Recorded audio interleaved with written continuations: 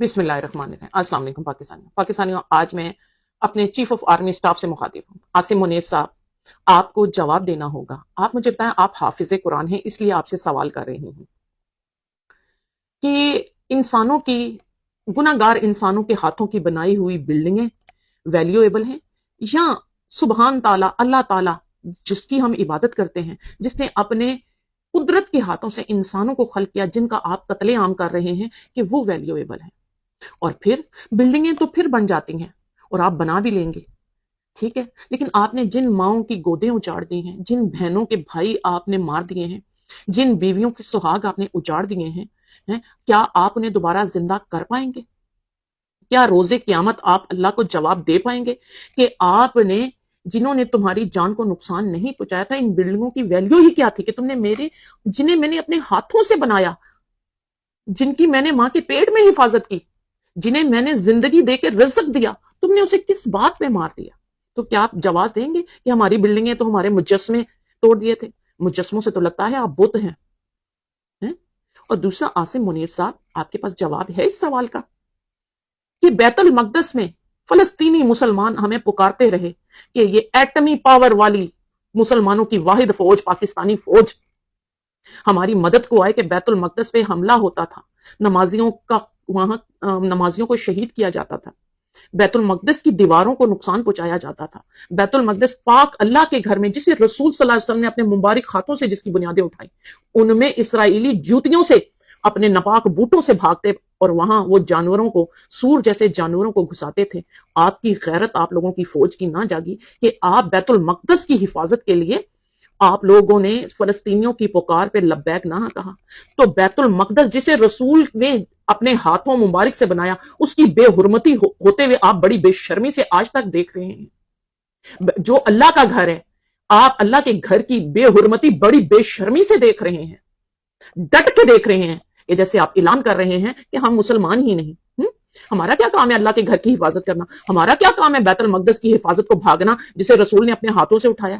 لیکن اپنے corps commander کے ہاؤس اور اپنے فوجیوں کے مجسموں کے ٹوٹنے پر آپ نے اللہ کا کلمہ پڑھنے والی زبانوں کو بند کر دیا، آپ نے اللہ کی بارگاہ میں سرنگو ہونے والے دلوں کو کاٹ ڈالا، آپ نے ماؤں کا سہارا بنے ہوئے بیٹوں کو شہید کر دیا، آپ نے بہنوں کے سہاگوں کو اجاڑ کر انہیں بے ردا کر دیا، آپ نے ماؤں کی گودیں اجاڑ کے رکھ دی صرف چند مجسموں اور بلڈنگوں۔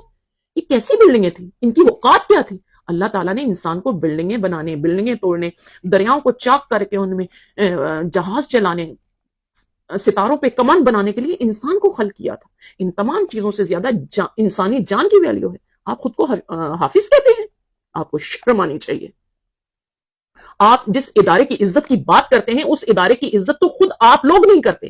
آپ نے اس ادارے کو اتنا بدنام کر دیا ہے کہ پڑوسی ملک بھی جانتے ہیں، دوست ملک بھی جانتے ہیں، دشمن ملک بھی جانتے ہیں کہ یہ کور کمانڈر کا ہاؤس کس نے جلایا، یہ سارا جو فتنہ پری پلان یہ سازش کس نے کی اور کس پہ ڈالا گیا، یہ جب ہمارے دشمن بھی جانتے ہیں، وہاں کا میڈیا بھی کہہ رہا ہے، تو بڑے شرم کی بات ہے۔ اور عاصم منیر صاحب، ہمارے بچوں نے اپنی آنکھوں سے دیکھا ہے کہ آپ کے چار رینجر مشٹنڈے بزدل ایک نہتے قوم کے بیٹوں کو ٹانگوں سے، ہاتھوں سے پکڑ کے، اور دو بزدل اتنا ڈر رہے ہیں اور اسے لاٹھیاں برسا کے مار رہے ہیں۔ رب ذوالجلال کی قسم، ہر لاٹھی کا جواب دینا ہوگا، ہر جوان کی شہادت کا آپ کو جواب دینا ہوگا۔ جب میرا رب آپ سے پوچھے گا، جسے میں نے اپنے ہاتھوں سے بنا کے زندگی بخشی، تو کون ہوتا تھا اس کی زندگی لینے والا؟ عاصم منیر صاحب، جب پہلا انسان، پہلا نبی حضرت آدم کا بیٹا قابیل اپنے بھائی کا قتل کر کے اللہ کے عذاب سے نہ بچ سکا، اللہ نے اس پہ جہنم واجب کر دیا، تو آپ کس کھیت کی مولی گاجر ہیں کہ آپ میرے بیٹوں کو یوں شہید کر رہے ہیں، قوم کے بھائیوں کو شہید کر رہے ہیں؟ آپ کس کھیت کی گاجر مولی ہیں؟ آپ جس فوج کے جرنل قوم کو لوٹ کے ریٹائرمنٹ کے بعد دوسرے ملکوں میں جا کے رہیں، اس فوج کی عزت کے لیے آپ ٹولیاں نکال رہے ہیں کہ اس فوج کی عزت کرو، ادارے کے پیچھے اپنے گھنونے عزائم کو، اپنے سیاہ کارناموں کو چھپانا چاہتے ہیں۔ پاکستانیوں، دوسرا پیغام میرا آپ لوگوں سے ہے کہ آپ لوگ یہ جو چھوٹیاں چھوٹیاں ٹولیاں لگا کے خوش آمد کی کر رہی ہیں، پاک فوج زندہ باد، اگر رسول کے لشکر میں منافق ہو سکتے ہیں، سورہ احزاب پڑھیں، سورہ فتح پڑھیں، سورہ منافقین پڑھیں، تو پاک فوج میں غدار کیوں نہیں ہو سکتے؟ غدار ہی زیادہ ڈھول بجا رہے ہیں پاک فوج زندہ باد.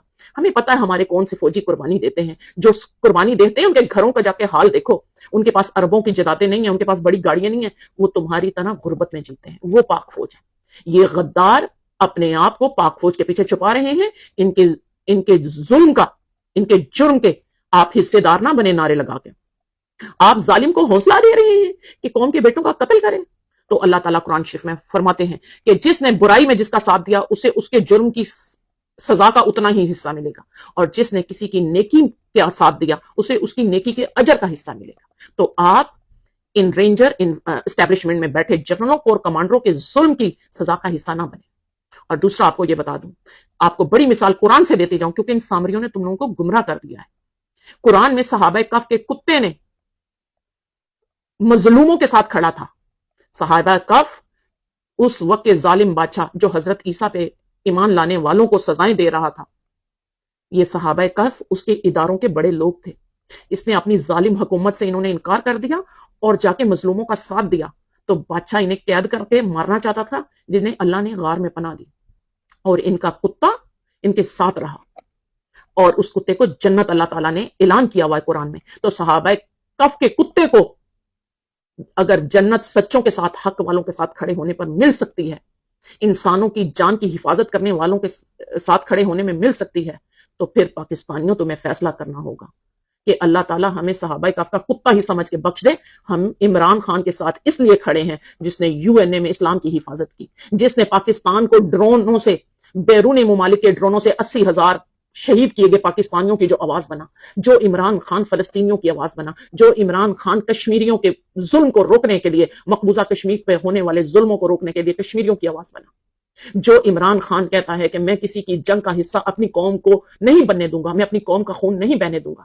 ہم اس عمران خان کے ساتھ اگر آج کھڑے ہیں کیونکہ وہ حق کی آواز ہے, وہ عوام پرست ہے, وہ عوام کے لیے, وہ اللہ کے بندوں کی جان مال کی حفاظت کے لیے کھڑا ہے, تو ہم اس کے ساتھ کھڑے ہیں.